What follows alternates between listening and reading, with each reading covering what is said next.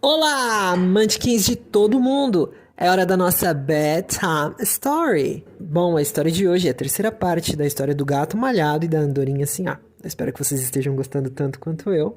Então, deite desconfortavelmente, pegue o seu melhor cobertor, abrace o seu teddy bear, caso você tenha aí. Let's get started! Continuação da estação da Spring, da primavera. Em torno era Spring, a primavera. The Dream, o sonho de um poeta. O gato malhado teve vontade de dizer algo semelhante à andorinha sinhá. Sentou-se no chão, alisou os bigodes, apenas perguntou: Tu não fugiste com os outros? Eu fugir? Não tenho medo de ti. Os outros são todos os covardes. Tu não me podes alcançar. Não tens asas para voar. És um gatarrão, ainda mais tolo do que feio. E olha lá que és feio. Feio, eu? O gato malhado riu. Riso espantoso de quem se havia desacostumado de rir. E desta vez, até as árvores mais corajosas, como o pau-brasil, um gigante, estremeceram. Ela o insultou e ele a vai matar, pensou o velho cão dinamarquês. O reverendo Parrot, papagaio, reverendo porque passaram uns tempos no seminário onde aprendera a rezar e decorar a frases em latim, o que lhe dava valiosa reputação de erudito, fechou os olhos para não testemunhar a tragédia. Por duas razões.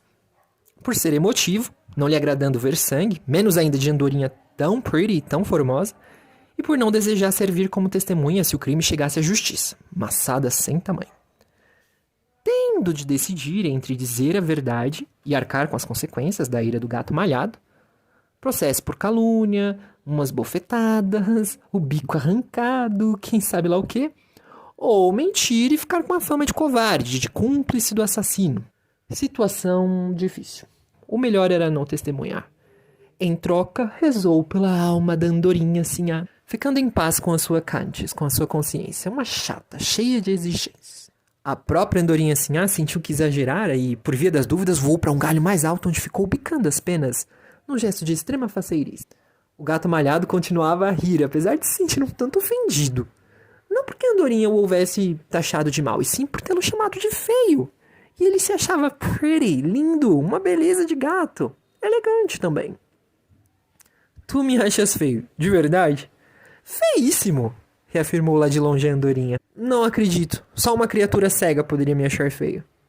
Feio e convencido. A conversa não continuou porque os pais da andorinha sinhá, o amor pela filha superando o medo, chegaram voando e a levaram consigo, ralhando com ela, pregando-lhe um sermão daqueles. Mas a andorinha, enquanto a retiravam, ainda gritou para o gato: Até logo, seu feio! Foi assim, com esse diálogo um pouco idiota, que começou toda a história do gato malhado e da andorinha sinhá. Em verdade, a história, pelo menos no que se refere à andorinha, começara antes. Um capítulo inicial deveria ter feito referência a certos atos anteriores da andorinha. Como não posso mais escrevê-lo onde devido, dentro das boas regras da narrativa clássica, resta-me apenas suspender mais uma vez a ação e voltar atrás. É sem dúvida um método anárquico de contar uma história, eu reconheço. Mas o esquecimento pode ir por conta do transtorno que a chegada da Spring, da primavera, causa aos gatos e aos contadores de história. Ou melhor ainda, posso me afirmar um revolucionário da forma e da estrutura da narrativa, o que me dará de imediato o apoio da crítica universitária e das colunas especializadas de literatura. Capítulo inicial. Atrasada e fora de lugar. A andorinha sinhá, além de pretty, além de bela, era um pouco louca. Louquinha, fica ali melhor. Apesar de ainda frequentar a escola dos birds, dos pássaros, onde o Parrot, o papagaio, ditava a cátedra de religião, tão jovem que os respeitáveis pais não a deixavam sair à noite sozinha com seus admiradores, já era metida independente, orgulhando-se de manter boas relações com toda a gente do parque. Amiga das flowers, das flores e das trees, das árvores, dos ducks, dos patos e das galinhas, dos dogs, dos cães e das stone, das pedras, dos pombos e do lago.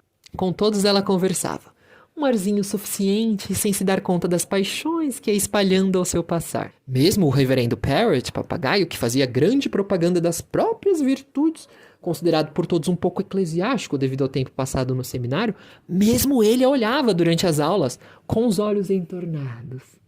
Apesar de todas essas relações e admirações, uma shadow, uma sombra, anuviava a vida da andorinha sinhá. Razão de ser deste atrasado capítulo inicial, pois a shadow, a sombra, era exatamente o gato malhado. Ou melhor, o fato dela nunca ter conseguido conversar com o gato.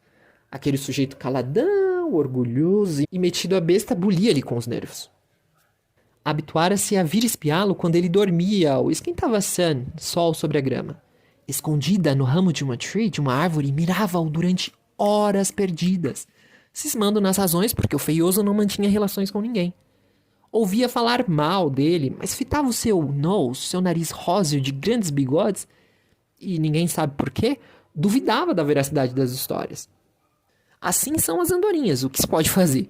Não há forma de fazê-las compreender a verdade mais rudimentar, a mais provada e conhecida se elas se metem a duvidar. São cabeçudas e se deixam guiar pelo heart, pelo coração. O gato malhado era a shadow, a sombra na vida clara e tranquila da andorinha Sinhá. Por vezes estava cantando uma das lindas canções que aprendera com o rouxinol e de súbito parava, porque via, às vezes adivinhava, o grande corpo do gato que passava em caminho de seu canto predileto. Lá então pelos ares, seguindo-o devagar, e em certa tarde divertiu-se muito a atirar-lhe gravetos secos sobre o dorso. O gato dormia, ela estava bem escondida entre as folhas da jaqueira, rindo a cada graveto que acertava nas costas do gato, levando o preguiçoso a abrir um olho e mirar em torno.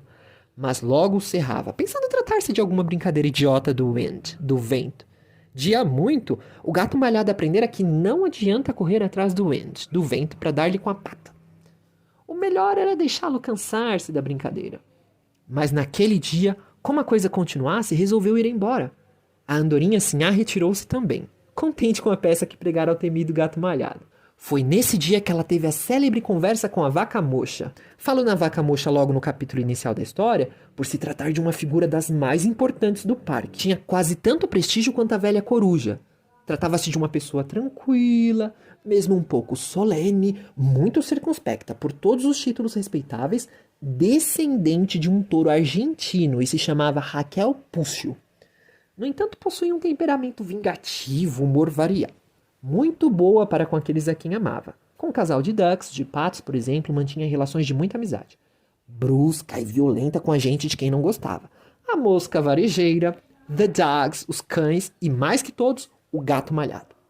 Não gostava do gato malhado porque, sendo ela uma figura assim tão altamente respeitável, com sangue portenho, considerara-se terrivelmente ofendida pelo mísero felino em certa distante ocasião.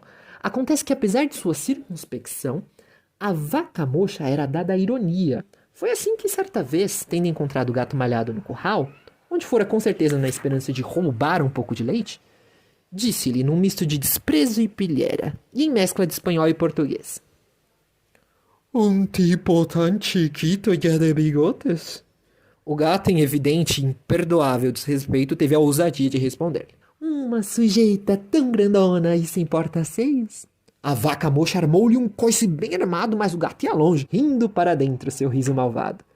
Todo o parque considerou que a vaca mocha fora terrivelmente insultada, e à noite vieram muitas famílias visitá-la para apresentar-lhe sua solidariedade, pois ela estava inconsolável e chorava sem cessar. À frente de todos veio o reverendo Parrot, papagaio, que nessa noite se embriagou e divertiu toda a assistência com as anedotas que aprendera na cozinha do seminário.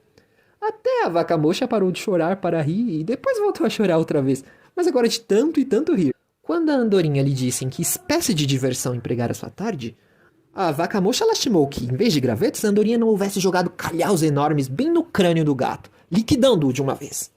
Mas quando o Sinhá se horrorizou com tal possibilidade sangrenta, ele confessou que jogara os gravetos como um pretexto para puxar conversa com o gato. Aí foi a vez da vaca demonstrar seu assombro.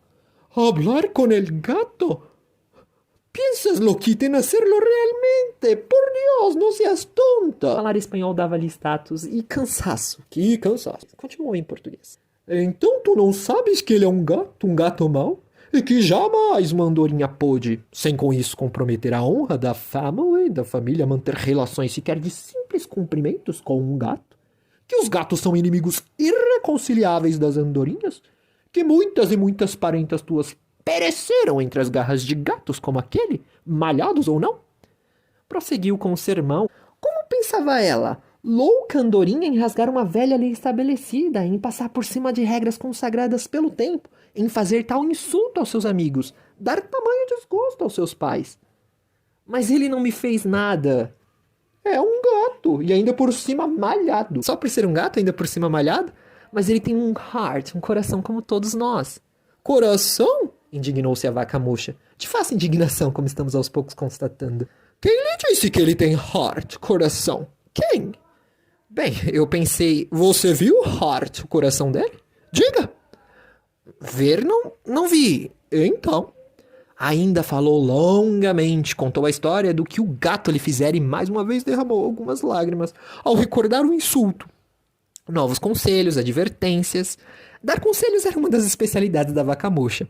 Regras de bom viver, cheias de salutar moralidade e de algum ranço. Explicou como deve comportar-se uma jovem andorinha donzela, o que pode fazer e o que lhe estava vedado. Principalmente não deve falar com gatos, muito menos com um gato malhado. A andorinha ouviu, atenta como a boa educação ordena, e ficou triste. Não devia conversar com o gato. Fizera muito mal em pensar tal coisa. A vaca devia ter razão. Possuía experiência e uma voz impostada e nobre. Só que a andorinha, cabeça dura, não compreende porque cometerá um pecado se conversar com o gato. Em todo caso, jurou a vaca jamais jogar graveto sobre o dorso amarelo e preto do gato malhado e nem sequer pensar em conversar com ele. Mas juramento de andorinha não vale muito. Não se lhe deve dar crédito exagerado. Muito menos a juramento de andorinha jovem, de cabeça ardente, espírito um pouco aventureiro. De mim, desconfio que ao jurar, ela já sabia ser incapaz de cumprir a jura. Continuou a ir espiar o gato. Não mais lhe jogou gravetos, mas... não devido ao juramento. E sim com medo de que ele fosse embora pensando tratar-se de pilhéria do vento. Ia espiá-lo todos os dias, até que naquele dia da chegada da Spring, da primavera... E aqui termina o capítulo inicial e voltamos à história. Lá adiante, onde já deixamos por erro de estrutura ou por moderna sabedoria literária. Bem, Munchkins, essa foi a história de hoje. Espero que vocês tenham gostado e vejo vocês aqui next week para a quarta parte do Gato Malhado e da Andorinha Assim. Sweet dreams, au revoir, bye!